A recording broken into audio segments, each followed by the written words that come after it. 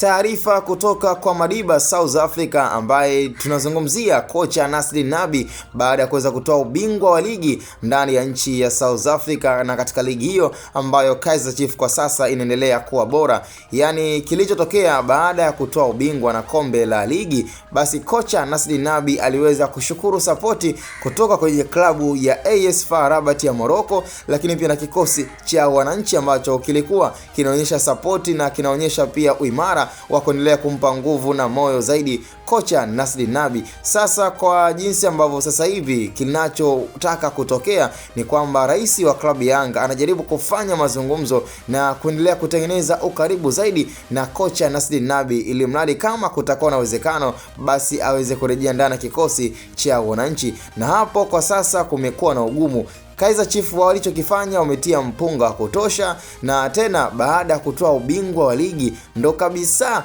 kocha Nasri Nabi anaendelea kuwa ni wa moto, anaendelea kuonekana kabisa kwamba ni profesa ambaye hana mpinzani ndani ya ligi ya South Africa. Kwa hiyo mpaka muda huu rais wa klabu Yanga anafanya jitihada zote kuhakikisha kabisa kwamba anakuwa na ukaribu, na ndio maana kwa wale ambao walifuatilia baada ya mechi kuisha na baada pia hata ligi kumalizika kwa Kaizer Chiefs kuweza kuchukua ubingwa, basi Nabi aliweza kuzungumza kwa mapenzi ya dhati kuweza kuishukuru klabu ya AS FAR Rabat ya Morocco, lakini pia na klabu ya Yanga ambayo ilionyesha sapoti na upendo kutoka kwa viongozi wao. Na hapo akizungumzia viongozi ambaye alikuwa ni rais Engineer Hersi, ambaye alijaribu sana kufanya mawasiliano na kuendelea kumpa moyo katika klabu ya Kaizer Chiefs kwamba anaweza, kwa sababu uwezo wa kocha ama profesa Nasri Nabi nafikiri tokea alivyoweza kufika ndani ya ardhi ya Tanzania na katika ligi yetu, na imani alichokifanya mpaka kufikia hatua ya klabu ya Yanga kufika mpaka fainali ya kombe la shirikisho,